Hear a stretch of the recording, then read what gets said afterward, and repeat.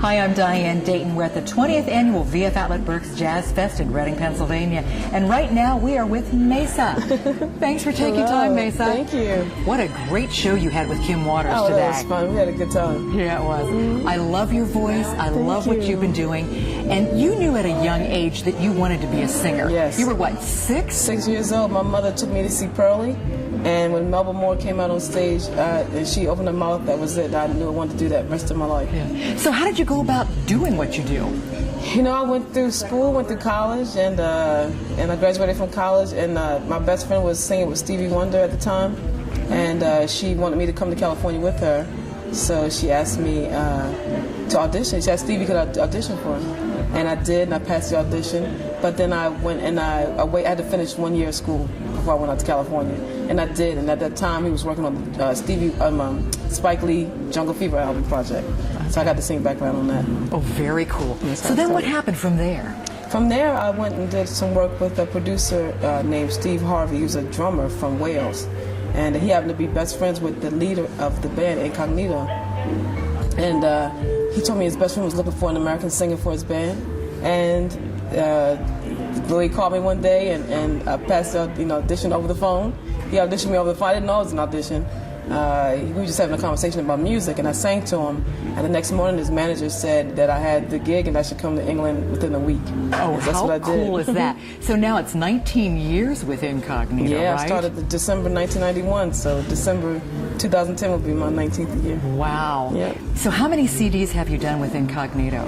Oh, wow. Probably about 8 or 9 or 10, probably. I'm close to 10, okay. 10 or 11, something like that. So that has you traveling a bit then, yeah, too, doesn't it? We've traveled the world.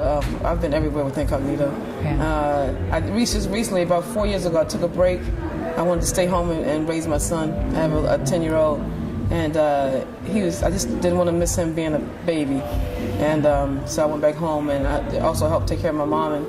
And so I took a little bit of a break from touring, because they tour the world extensively, and I didn't want to do so much. I wanted to really focus on my career here in the States, being a solo artist too. Yeah, and speaking of you being a solo artist, this is your most recent CD, yes? My most recent one, Woman in Love. It debuted #1 on the Contemporary Jazz charts of Billboard, and it's been doing really well ever since. And this is number what? Number 8. That's number 8. Yeah. Oh, very cool. Yep. That's got to feel great. Yeah, it is. So what is it about performing and singing that just ignites you? It's just in my soul. I think it's in my DNA. It's just something that's I've been wanting to do since forever. And I don't really know what else I could do in life, period. I don't think I could do anything else. Okay. So it's definitely in me. Yeah, it is in you. So what does it feel like when you're on stage? I love talking to the audience. It feels like I'm at home, to be honest with you. I just feel it feels very natural. Sometimes I get nervous a little bit, but for the most part, I'm just like I'm hanging with my friends. Yeah, exactly. So how, when you think like with this CD, how do you go about choosing what you really want to sing and what you want to perform? Because what you do solo-wise is different from what you do with Incognito, too. Yes. Well, the solo-wise, it depends on what. I usually do a lot of concept albums. So this last one, the album idea from the album was how we want to just show how singers from the 40s and 50s would sing about a woman being in love, and how singers like my contemporaries now, like Jill Scott or Let See or Layla Hathaway, how we were singing songs about a woman being in love now. Yeah. So the album was originally called A Woman in Love Then and Now, but we just took the then and now off. But basically, that's what the album concept is. All right, okay. So who were the influences that you had growing up that major. really, my biggest influence was Sarah Vaughan, I think, as far as jazz music is concerned. And also Al Jarreau. Oh, okay. Yeah, my uncle turned me on to him when I was 12. He asked me to turn to PBS one night, and the scatting just blew my mind, so that's why I wanted to be a scat artist. Yeah, that's very cool. So you said you have a son, and what do you like doing in your free time when you're not performing? I just like being at home and running errands and just being a regular old mom, and no stress, no music. I listen to music a lot when I'm home, but I don't do a lot of music. I just just do regular mom stuff. Yeah, just regular mom stuff. And home right now is Baltimore. Yes, right. Baltimore, It is Baltimore. Yeah. Yeah, that's really good. There are different things that you get involved with that are near and dear to your heart. Is there anything that you would like to share or talk about with that? Well, I used to be the spokesperson with the March of Dimes for a disease called RSV. It's called respiratory syncytial virus. And most babies who are hospitalized under 2 years old have this disease. What it is that it's a cold that turns into pneumonia very quickly, and it turns into a respiratory infection. And a lot of babies die from it. And so my son he was very close to getting it, but we were able to give him the medicine called Synergist that helped stop it. So we were very fortunate. But there are mothers out there who can't afford the medicine, and I want to be able to help. Do campaigns, do benefit concerts, whatever I can do to help raise awareness about it. Well, first of all, so that people know what it is and recognize it early, so you can get your baby to the hospital early. But the other thing is that I just want to help raise money for like low-income families who can't afford the health, programs or health insurance, who can get the medicine for their child. So there's a friend of my brother's friend. Her son died from it because she couldn't afford. The doctors, they knew that she couldn't afford the medicine, so the doctors didn't tell her about the medicine, and it would have saved her baby, or had she known. So those kind of things, I want to put a stop to. Yeah.